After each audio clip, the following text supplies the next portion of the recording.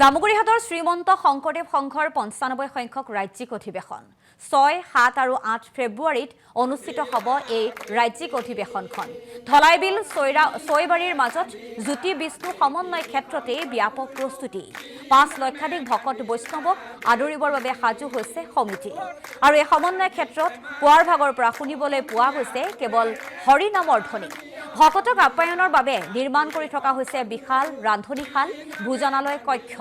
সহস্ৰাধিক ভক্তপ্ৰাণ ৰাইজ আই মাতৃৰ উপস্থিতিত উদুলি মুদুলি পৰিৱেশৰ সৃষ্টি হৈছে আৰু অধিৱেশনস্থলীত বিগত ২ মাহ ধৰি ঘৰ বাৰী ত্যাগ কৰি নিৰৱচ্ছিন্নভাৱে সেৱা আগবঢ়াই আহিছে এজন ভকতে। কেৱল ভকতসকলক সেৱা আগবঢ়াবৰ বাবে নিজৰ ঘৰ সংসাৰ এৰি অধিৱেশনস্থলীত নামঘৰ নিৰ্মাণৰ পৰা আৰম্ভ কৰি চৌহদ চাফ চিকুণ কৰা আৰু নামঘৰীয়া দায়িত্ব নিষ্ঠাৰে পালন কৰি গৈছে চাৰিদুৱাৰৰ বিবেক বৰুৱা নামৰ নিষ্ঠাৱান ভকতগৰাকীয়ে।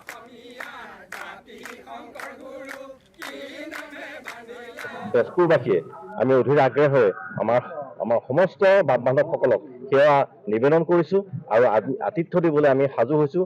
আমাৰ নদুৱাৰ সমষ্টিৰ সন্মানীয় বিধায়ক পদ্ম হাজৰিকাদেৱৰ কাৰ্যকৰী সভাপতিৰ এক বলিষ্ঠ নেতৃত্বত প্ৰতিখন উপসমিতি আমাৰ অগ্ৰগতি ইতিমধ্যে ৮০% কাম সম্পন্ন হৈছে আৰু অহা জানুৱাৰী মাহৰ ভিতৰতে সম্পূৰ্ণ কাৰ্য ১০০% কাৰ্য আমাৰ সম্পন্ন হ'ব বুলি আমি আশাবাদী সেই ধৰণে আমি প্ৰস্তুতি লৈছোঁ।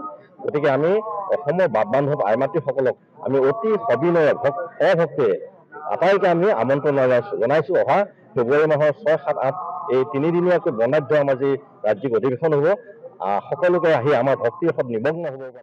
জামুগুৰিহাটৰ শ্ৰীমন্ত শংকৰদেৱ সংঘৰ ৯৫ সংখ্যক ৰাজ্যিক অধিৱেশন ৬, ৭ আৰু ৮ ফেব্ৰুৱাৰীত অনুষ্ঠিত হ'ব এই ৰাজ্যিক অধিৱেশনখন।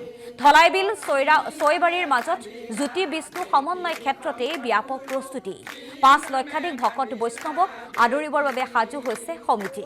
আৰু এই সমন্বয় ক্ষেত্ৰত পুৱাৰ ভাগৰ পৰা শুনিবলৈ পোৱা গৈছে কেৱল হৰি নামৰ ধ্বনি। ভকতক আপ্যায়নৰ বাবে নিৰ্মাণ কৰি থকা হৈছে বিশাল ৰান্ধনীশাল, ভোজনালয় কক্ষ। সহস্ৰাধিক ভক্তপ্ৰাণ ৰাইজ আই মাতৃৰ উপস্থিতিত উদুলি মুদুলি পৰিৱেশৰ সৃষ্টি হৈছে আৰু অধিৱেশনস্থলীত বিগত ২ মাহ ধৰি ঘৰ বাৰী ত্যাগ কৰি নিৰৱচ্ছিন্নভাৱে সেৱা আগবঢ়াই আহিছে এজন ভকতে।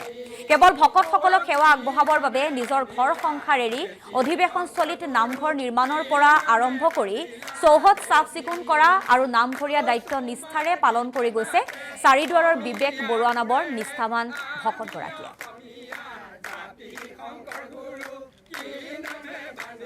তেজপুৰবাসীয়ে আমি অধীৰ আগ্ৰহেৰে আমাৰ সমস্ত বাপ বান্ধৱসকলক সেৱা নিবেদন কৰিছোঁ আৰু আতিথ্য দিবলৈ আমি সাজু হৈছোঁ।